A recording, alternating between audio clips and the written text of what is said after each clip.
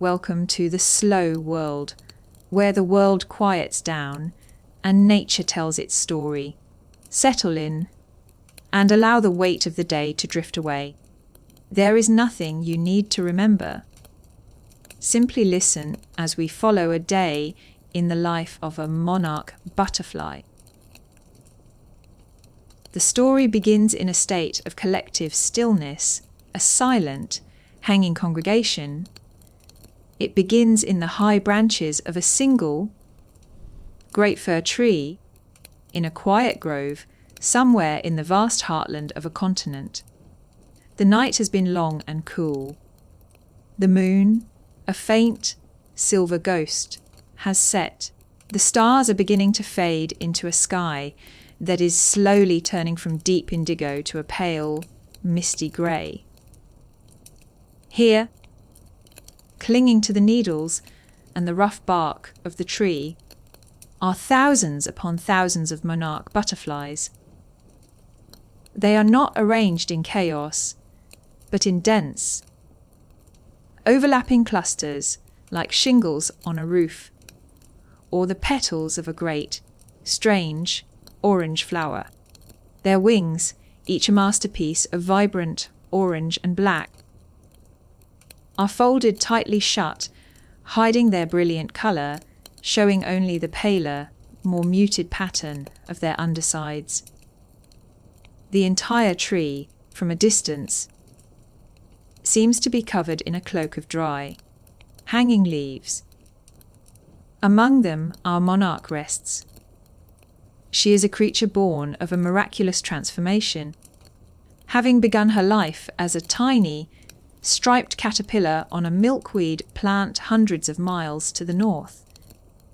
She is a member of a unique, super generation, born at the end of summer, destined not to reproduce immediately, but to make this incredible one-way journey southward, to a place she has never seen, but which calls to her with an ancient, unwavering voice.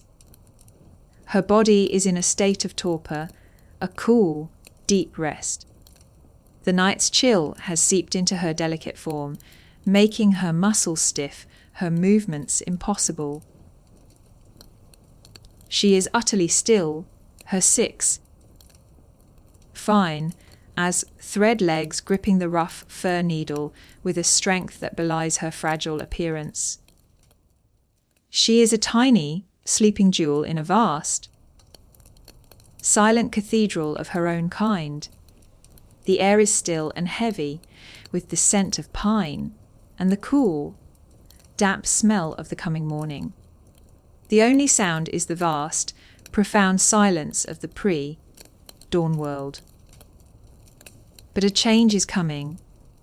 The eastern horizon begins to glow with a faint, pearlescent light. The birds of the morning have not yet begun to sing. The world is holding its breath. The monarch and all her silent companions are waiting. They are waiting for the sun. Their entire existence, their ability to move, to fly, to continue their great journey, depends on its warmth. They are children of the sun, and they wait for its return with a deep, instinctual patience, a silent, collective act of faith. The sun rises. It crests the distant horizon, a brilliant, golden edge that spills light across the sleeping world. Its first rays, long and horizontal, slant through the cool, morning air and touch the very top of the great fir tree. The light is soft at first, a gentle, golden touch. It illuminates the highest clusters of resting monarchs, turning their pale, folded wings a warm, honey gold. Where the sunlight touches, a slow, silent miracle begins. The monarchs, one by one, begin to absorb the warmth. The light is not just seen, it is felt.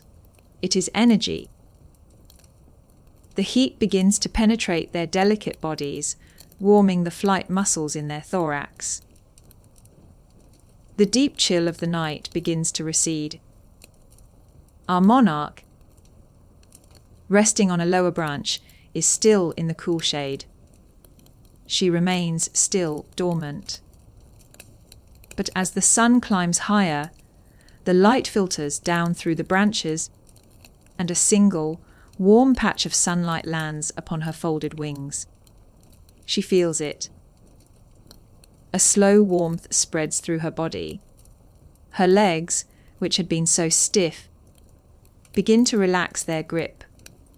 Her long, black antennae, which had been tucked close to her body, begin to twitch, testing the air. She opens and closes her wings, slowly, deliberately. The movement is like a deep, silent breath. She is basking, tilting her wings to catch the maximum amount of sunlight, turning her body into a tiny, living solar panel. All around her, her thousands of sisters are doing the same. The tree, which had been so still, is now alive with a slow, silent, pulsing movement, as thousands of pairs of wings open and close, in the warm, morning light. With each movement, the brilliant, fiery orange of their upper wings is revealed, and the tree seems to transform. The cloak of dry, dead leaves is replaced by a vibrant, shimmering blanket of orange and black. It is a breathtaking, silent spectacle, a collective awakening. Our monarch feels the energy returning to her body. Her flight muscles are warm now, ready. The air temperature has risen to the perfect point for flight. The instinct to rest is replaced by the powerful, ancient urge to continue the journey. A single butterfly from the highest branch lets go. It spirals down for a moment, then catches the air. Its orange wings a brilliant flame against the blue sky. Then another follows, and another. It is a chain reaction, a silent, collective decision. The clusters begin to dissolve. The monarchs peel away from the branches, not in a panicked swarm, but in a gentle, drifting cascade. Our monarch feels the movement of the air from her sister's wings. She feels the call to join them. She lets go of the fir needle. She falls for a moment, a speck of orange. Then, with a beat of her wings, she joins the great, silent, flowing river of butterflies, lifting up from the tree into the vast, open, morning sky. The roost has dissolved. The journey has begun again. The monarch is airborne, one of thousands in a great, loose, shimmering cloud. They are not a tight swarm, but a widely dispersed, flowing congregation, all moving in the same general direction. South. Always south. The direction is not a conscious thought, but a deep, magnetic pull, an invisible map coded into her very being. Her flight is not a powerful, determined flapping like that of a bird. It is a masterpiece of effortless efficiency. She is a master of gliding, of drifting. She flaps her wings just enough to gain altitude. Then she holds them open, a delicate, living kite, and lets the air do the work. She seeks out and finds a thermal, a rising column of warm air, invisible to our eyes, but as real to her as a mountain or a river. She circles within it, allowing it to lift her higher and higher, with almost no effort at all. From this great height, the world below is a vast, beautiful patchwork quilt. Fields of green and gold, dark patches of forest, the silver threads of rivers and streams.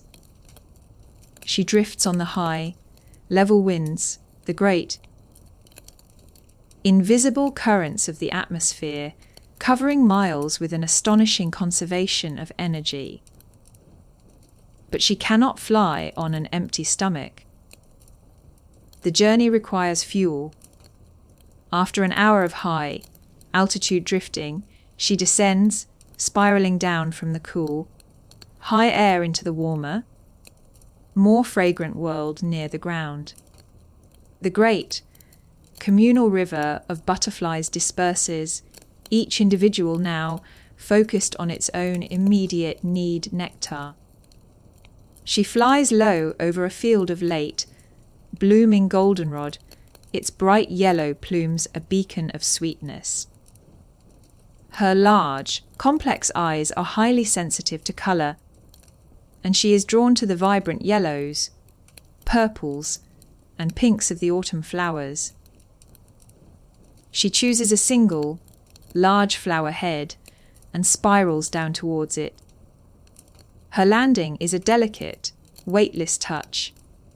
Her 6 legs, fine as black thread, grip the tiny individual petals, her body barely causing a tremble.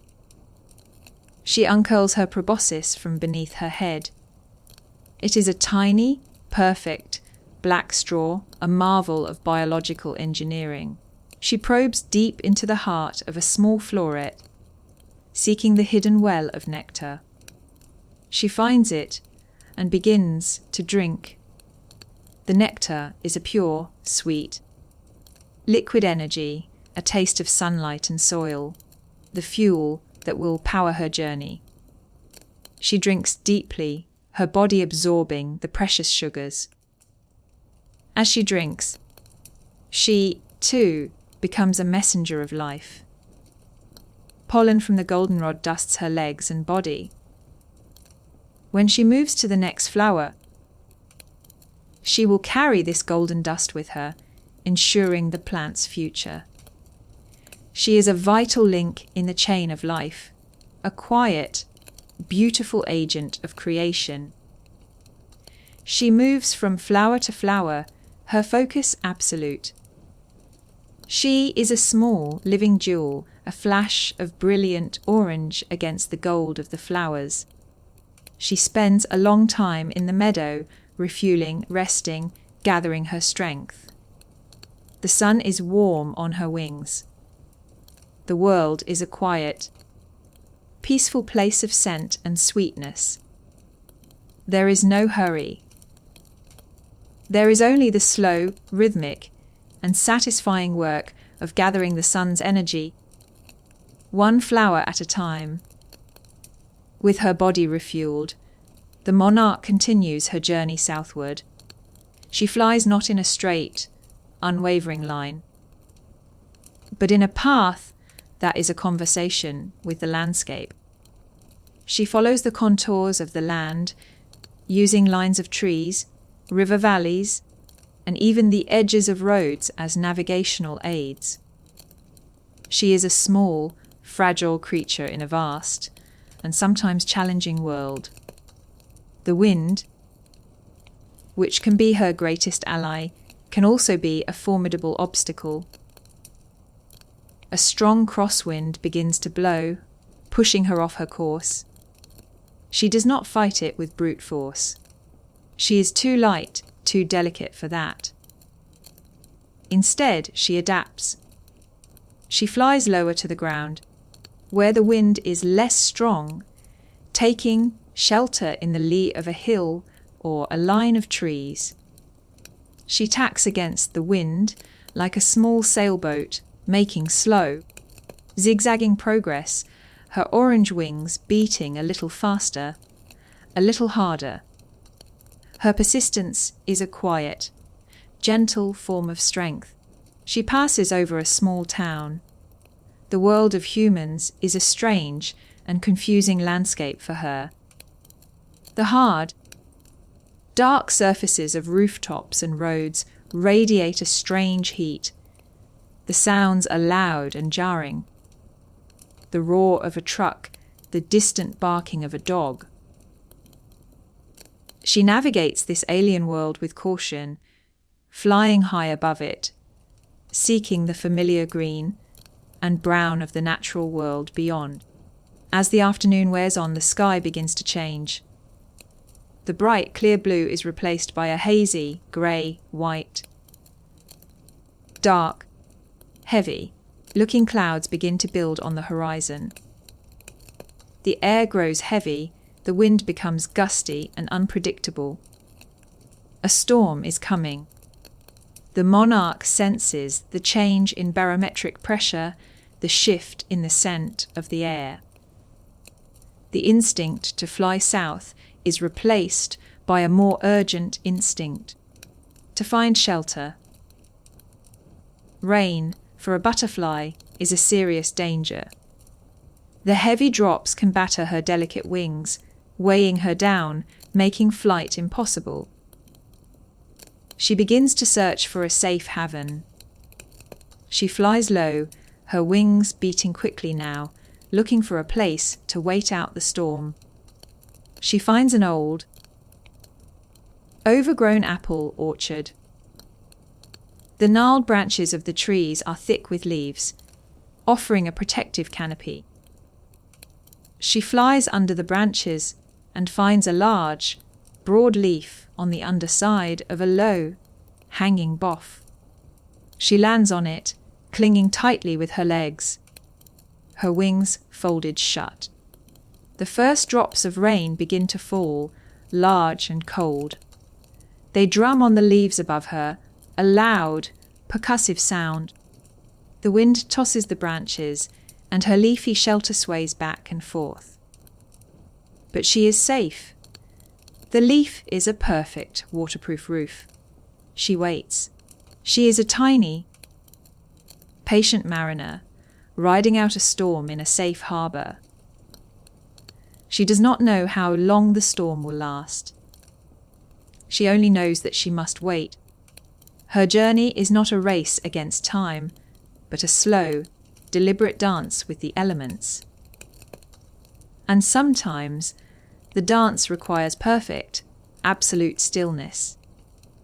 The rain passes as gently as it arrived. The storm clouds move on, leaving behind a world washed clean, the air fresh and cool. The late afternoon sun breaks through, casting a weak, watery, golden light. The monarch waits on her leaf, allowing the sun to dry her wings. Droplets of water cling to the edges, sparkling like tiny crystals. She carefully preens her antennae, then, feeling the warmth and strength return to her body, she takes flight once more. The sun is low in the sky now. The shadows are long and deep.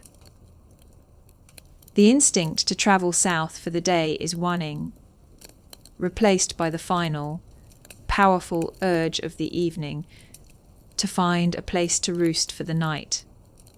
She is not meant to be a solitary creature on this journey. There is safety in numbers.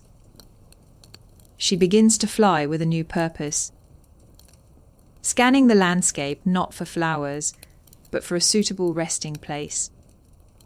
She is looking for a specific kind of place. A grove of trees, often near water, sheltered from the wind. She is also looking for a sign. And then she sees it.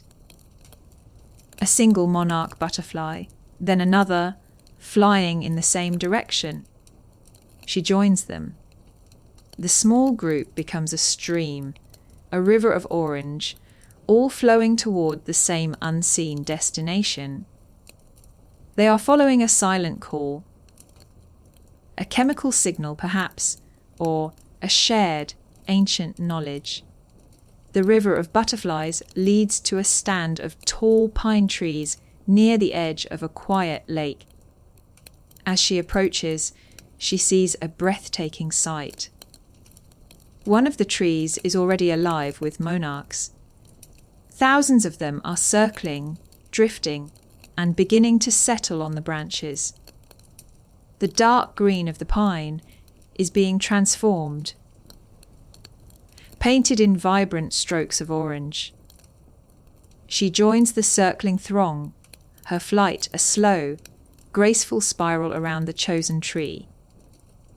The air is filled with the soft, almost inaudible rustle of thousands of pairs of delicate wings. It is a silent, beautiful vortex of life.